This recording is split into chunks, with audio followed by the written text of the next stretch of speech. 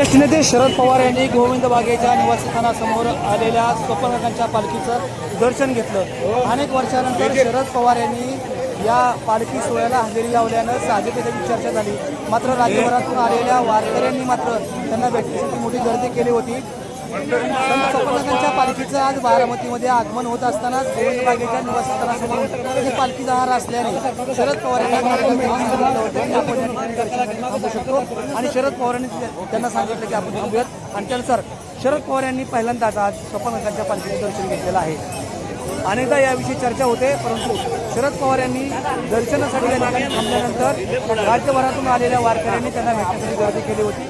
त्यांना भेटून वारकऱ्यांना देखील आनंद झाला आणि यानंतर शरद पवार यांनी स्वप्नकांच्या पालखीचं दर्शन घेतलं। यावेळी 16 प्रमुखांनी त्यांचं स्वागत देखील केलं आणि सोहळा काही वेळ या ठिकाणी थांबवण्यात देखील आला होता।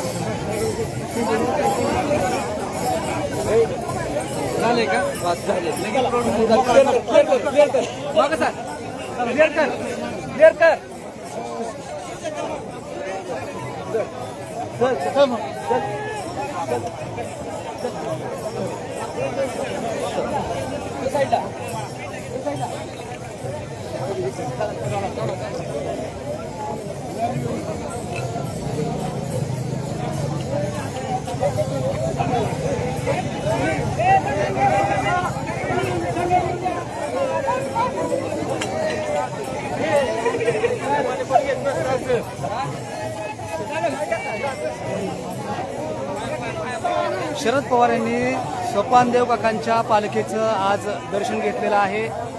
गोविंद बागेसमोर हा पालखी सोहळा आला आणि त्यावेळी शरद पवार या ठिकाणी थांबून होते आणि त्यांनी या ठिकाणी दर्शन घेतलेलं आहे।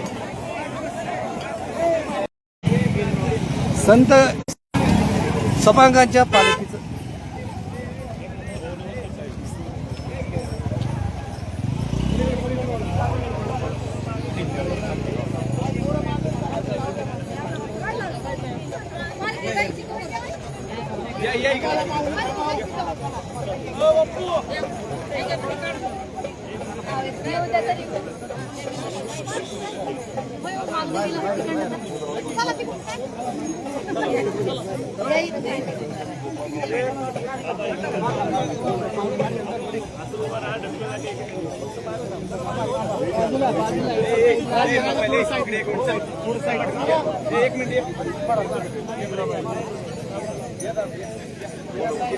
अरे थांबा के बोला थांबा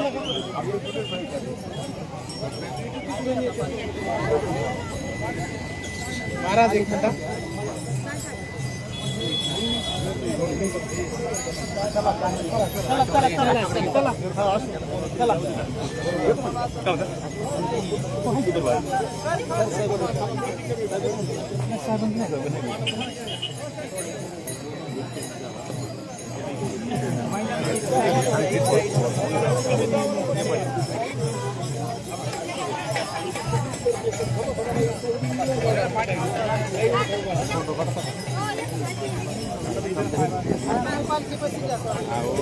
सगळं म्हणणं बरोबर आहे। धक्का लागला काय आम्हाला अडचण येईल हो।